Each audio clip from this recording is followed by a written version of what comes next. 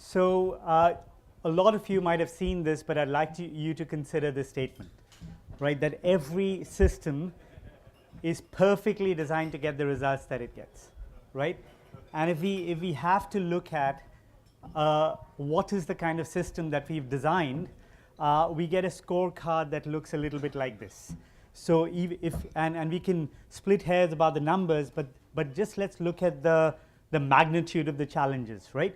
So let's say that we are not even going to eradicate poverty, but bring it down to the last 700 billion by 2030, by which time we'll have added another billion. We'll need 45 to 50% more food. We'll need 44% more energy, a huge amount of fresh water, something to the tune of 65% more fresh water than we have access to right now. There is a mass extinction that is as large or larger than the extinction that we've had during the extinction of the dinosaurs that we're in the midst of right now, right? And that is something that's 3 to 4 orders of magnitude larger, and we need to reduce 50% of CO2 emissions. And if you look at it a little more carefully, some of these things, such as 44% more energy and 50% reduction in CO2, are not the best of bedfellows, right? These are not things that you want to put together as a combined target. So we are looking at a situation where, because of the increased complexity of the challenges that we're going to face, a lot of them take on the complexion of challenges that are growing exponentially with feedback loops that are with positive feedback loops. But what we know how to do with our current systems is something that looks like this. At the best of times, we get something like a linear growth, and then it peters out. And so that creates a huge gap, and that is an innovation gap. We need to somehow find the ways in which to chase those curves. So what we're finding, if we've arrived at such a tense moment in the history of our civilization to allow such a predicament to be possible, it definitely casts a lot of questions about the structural integrity of our institutional systems and our decision-making systems. So there's definitely a case to be made for a very, very different kind of way of thinking that is actually in some way congruent with the kind of challenges that we are facing today, right? So we mentioned the word innovation in so many different ways. One way in which to frame it is to say that it's any means by which we can outperform our normative techniques. So if we have normative techniques and we are looking at challenges that are just this complex, then we need to outperform our own techniques by a very large margin. So what are those techniques like? Now, before I jump into some of the processes, let's look at what happens in the human mind, right? So if we are accosted by a familiar problem, and we know how with established rules, we tend to wake up a certain part of our brain, and a lot of our activities take part in the neocortex, right? But supposing we are given a challenge that we haven't seen before.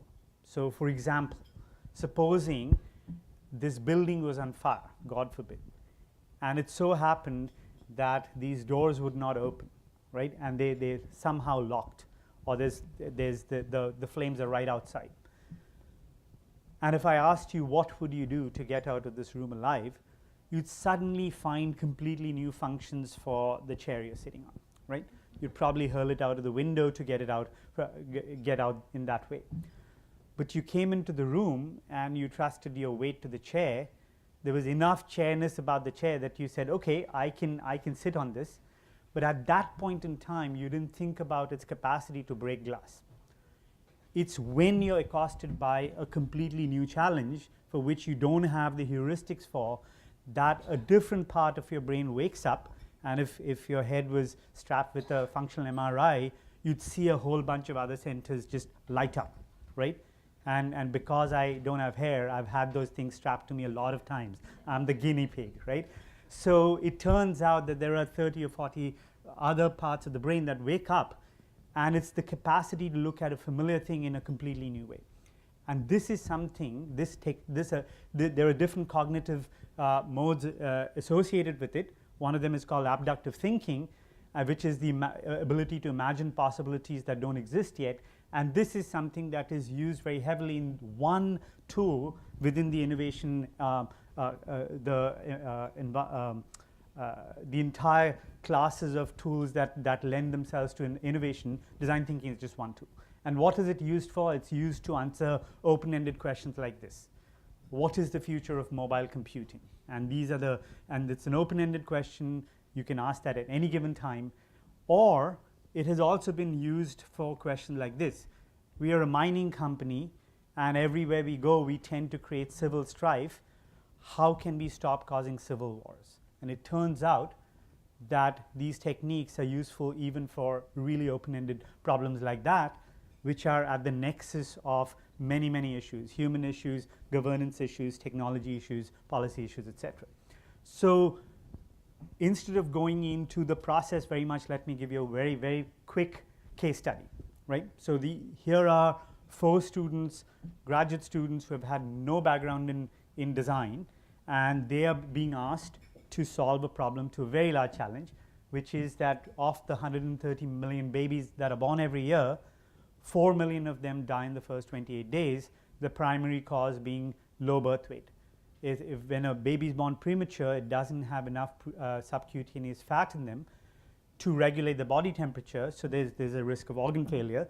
So for the normative technique is to stick them in an incubator, and it has been the technique for the last 130 some years. And nowadays the price tag is about $20,000 for a modern day incubator. And these guys were asked to cut the number of zeros by 2, so $200, because a lot of these deaths take place in developing countries such as India and Bangladesh and Africa, and they can't afford such an expensive incubator. So let's watch what they did. First and foremost, they actually went to India, and they went to the tiny regional towns, and they went to the hospitals there. And contrary to their expectations, they found that these villages actually had incubators, and they had somehow raised the money, or they had been gifted them, etc. But you see what's wrong with the picture, right?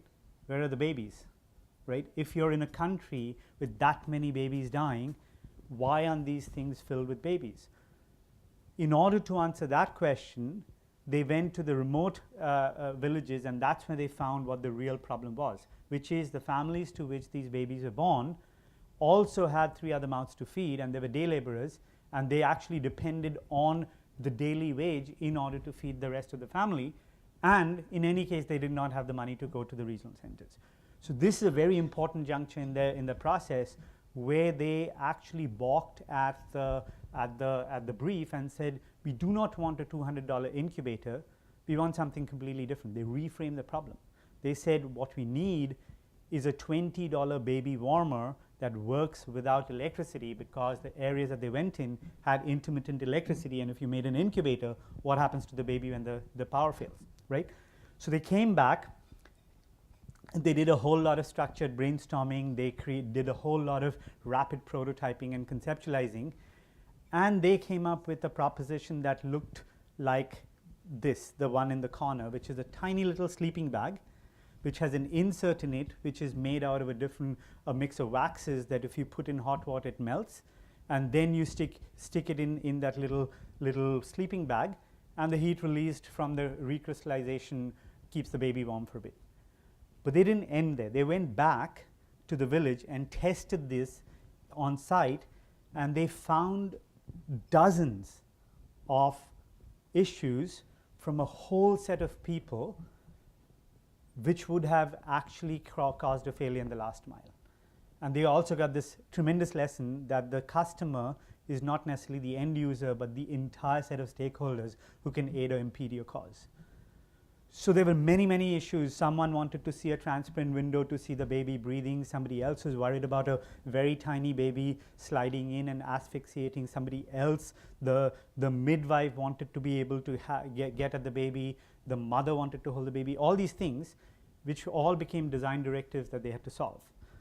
So these 4 kids went off and started a tiny little company and said that, okay, we are not just going to let it be a class project. We are actually going to do a startup. And they got some seed capital. Fast forward, they won every design award there is to win. And they have GE Healthcare distributing their products, other big healthcare distributors distributing their products. They're in 26 countries. They're saving a whole lot of lives, right? Now, this is not a particularly complex thing. It's actually a very simple thing. But it's a simple solution on the far side of complexity, right? And so why did it elude, if it's so simple, why did it elude the medical community for 130 years? And especially in the last 50, where a lot of money has been spent. And so the process that led them to that solution is one that they actually bothered to go out there and uncover the real insights rather than make conjectures about what it was. That allowed them to reframe what the design brief really was, as opposed to what was given to them. And then they generated concepts and created prototypes that could be tested, that led to further insights. And it was a highly iterative process. They're still prototyping on it. They're still making refinements. They're creating variations of that. But the biggest issue is that they didn't ask the wrong question. Had they asked, how do we make a cheaper incubator, they would have gone down one path. But what they said is, how do we keep babies alive?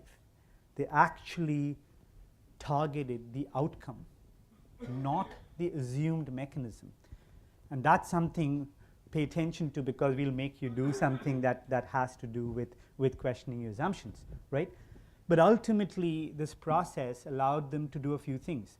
It allowed them to ask the questions that were obscured by convention for over a century, right? And they're just students. They're not experts in this field. But the other thing that they were able to do is to come up with something that has the makings of a paradigm, which is a very special case of a solution, and it's a solution that has the ability to rewrite the rule books. So a paradigm, if we take the history of high jump for the last 100 years, is where something changes and the entire world starts doing something new. So we've had 4 different styles: scissors, kick, the western roll, the straddle, and the Fosbury flop. And what's interesting about this is that at each time it changed, the human body didn't change out here, and yet you see a discontinuity. But the real message behind this is that the number of people practicing the scissors kick for the next Olympic is exactly 0, right? But the other quite interesting thing is that from the era of the scissors kick, the Fosbury flop would have looked like utter madness, because you run to the pole, you launch yourself with your back to the pole, your feet are the last thing to clear, and you fall on your head. There's something not quite right about this whole thing, right? And yet, this is what has come to be as the normative technique. And another point is that that's not a technique you get to by trying to overcome the last record just by a bit. The only way you can do it is to create a ludicrously ambitious target that cannot be done by the previous techniques, and then say, okay, is it possible to do it? That's when your limbic system wakes up, right? So we've been talking about development all morning, and so that brings us to this fishhook question. The fishhook question, I like to say, is a question that gets lodged in your mind and generates more questions, and you can't get rid of it easily, right? So the question we've been struggling with is, can we innovate approaches that ensures a more resilient and equitable and sustainable future? Can we actually approach this really tricky problem in new ways? And of course, we've been talking about the ways in which we can look at GDP in different ways, and there are many other indices and ways in which we are looking at development now. But the GDP does something really good, but it's limited. It's a little bit like trying to say how good looking a person is by describing their nose. It's accurate that there's such a thing as a good nose, but that doesn't necessarily describe how good looking they are, right? So if we had to frame it slightly differently and say that, can we create something like an intergenerational wealth, where it's not just about the now, then we introduce a temporal vector into the way we think about it, and we across this issue, which is we are constantly making a dichotomy between the long term and the short term. And this is actually a false choice on multiple dimensions, because we are, as individuals and as institutions, extremely culpable in exhibiting hyperbolic discounting, which is that we value what we can get right now way more than the same or slightly more in the distant future. So this is actually a lie, because we might as well say, let's just do the short term, because we pay lip service to the long term. But this is actually a false axis, because the real axis is short-term benefits against short-term losses, and long-term benefits against long-term losses, and it's possible to cross them. Because if you cross them, you get a space. You get a space where only those solutions are allowed to exist that serve both criteria, or you keep going back to the drawing board, right? That is the innovation challenge. And if you don't do this, from an innovator standpoint, it's an innovation cop-out, right? You actually didn't bother to see if you could innovate. The other thing is the time constant, time, right? Something about the way our institutional structures are and our decision-making systems were born at a time where we could deal in the static domain. But now we're in a highly dynamic domain where things are coming at us in a very stochastic way, and we are facing an era of extremely turbulent futures. And that means, that implies that we actually need to come up with very radically new theoretical approaches and radically new implementation approaches. So this is essentially, means that everything that we've done, we actually do need to question. We need to question long-held assumptions. We need to identify really good questions, and we need to create the capacity to reframe. So what we are implying is that this is innovation at scale. This is innovation of large ecosystems and getting them to behave in a very different way, and it's about transformation. And the complexity, the scale, the urgency, and the extremely critical nature of what it means to be facing this kind of challenge today as a species makes it such that there is no option but for all of us to innovate and not just do business as usual. But because our challenges are integrated, and the challenges looking at it from those sides have absolutely no respect for our disciplinary boundaries, we need to create a new capacity to be transdisciplinary, to transcend the limits of the silos and stitch together new techniques that leverage the depth that we have built with a lot of hard work.